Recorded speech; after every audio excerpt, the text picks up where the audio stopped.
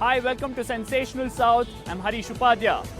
A top story today comes from Hyderabad, where the BJP is holding a two-day national executive meeting in the city. This comes after a gap of 18 years. From Prime Minister Narendra Modi to Home Minister Amit Shah and Party President JP Nadda, the entire top brass of the party is in the city to lay out a roadmap for the Telangana Assembly elections happening next year. Remember, the BJP has already made inroads in the state. They've won by-elections for the Hyderabad and the Dubaka Assembly constituencies. They've also managed to win 48 seats in the Greater Hyderabad Municipal Corporation elections held in 2020. My colleague Swastika Das and Arun bring this report. Mission South is the big focus for the Bharatiya Janata Party, and here at the NEC of the BJP, which is being held in Hyderabad, this is a very big moment. I'm going to go across to Arun. Arun, first things first, why is BJP holding its NEC in Hyderabad, and has there been any historical significance as such? Well, see, Swastika, it is very, very important for BJP to penetrate into peninsular India, because they know that other parts of the country, they have done well, and if in 2024 they feel that they lose something in the North India or in other parts where they are doing well, then they have to accommodate that with something else.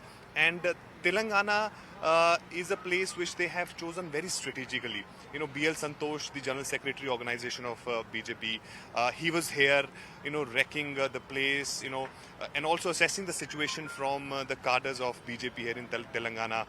And then they planned this national executive, because it is very, very huge. You have the presence of the likes of Prime Minister Modi, Amit Shah, JP Nadda, and all top guns of BJP in this national executive. So the message is, of course, going to be very, very big. And also the kind of track record which BJP has in South India. Say, for example, out of 129 seats in 5 states, their highest tally is 30 in 2019. So they want to better that tally, and perhaps they think that when KCR, there is anti-incumbency against him and opposition is pretty weak here in Telangana, so perhaps this will give them the opportunity to get their space, and also the results. Of course, you will tell us better about the Hyderabad Municipal Corporation results, and also the by-elections which they won. But I would also like to know from you that what had gone in favor of BJP, if you talk about the by-elections or the municipal corporation election. So what has gone in favor of BJP? Why people chose them? Well, Arun, there are a couple of incidents from the past. In fact, let's go back to 2019, In 2019, the biggest headline was, of course, Bharatiya Janata Party grabbing 4 parliamentary seats. And the biggest one of them was, of course, the Nizamabad seat, and that's because the Chief Minister's daughter, K. Kavita, who was the MP, faced defeat at the hands of Arvind Dharmapuri. And that became the bigger headline. From there, the northern Telangana is one region where the polarization has always favored the BJP, and BJP thinks that it can make steady inroads in these regions. Now come down to Hyderabad. Hyderabad, of course, the turning point was the Greater Hyderabad municipal elections in 2020. BJP went up from 5 seats to straight up over 40. And that happened because you had all these national leaders come down here. At the grassroots level, State BJP President Bandi Sanjay and his team of workers were going into every area of Hyderabad trying to, appeal for votes. And also, the floods had also played its part in, helping the BJP build a narrative that here you have a chief minister who is sitting in his citadel while the entire state as well as the city of Hyderabad is sinking. So there are these certain narratives that have helped them. The narrative that the BJP has constantly been trying upon and stressing upon is TRS's friendly relationship with the MIM. And one thing that the BJP wants to focus on going forward is Hyderabad constituency. Hyderabad MP Asaduddin Owaisi, and of course the old city area where MIM has 7 seats. What BJP wants to do is make steady inroads, and they have only one MLA at this point in time, who's Raja Singh.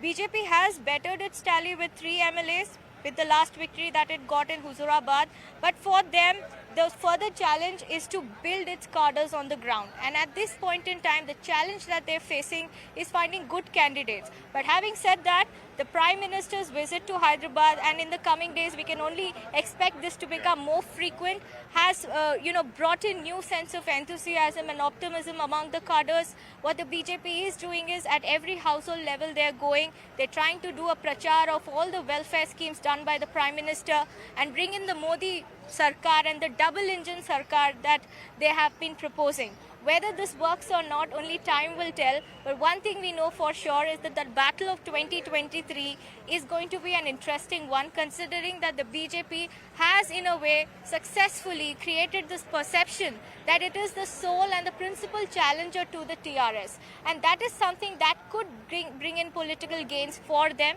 But yes, time will say. Absolutely, absolutely. And yes, the kind of results which BJP has got in the past, Greater Hyderabad Municipal Corporation by-election, I think that has given them that positivity. And also, as you talked about, the booth level work for which BJP is known for, and that is something which has Amit Shah and Prime Minister Modi had brought to the fore in 2014. The booth level karyakartas which they in fact started with, and in fact we are seeing that those results of those things in every state, and perhaps that's what they're trying to apply here in Telangana. We'll perhaps see results in 2023.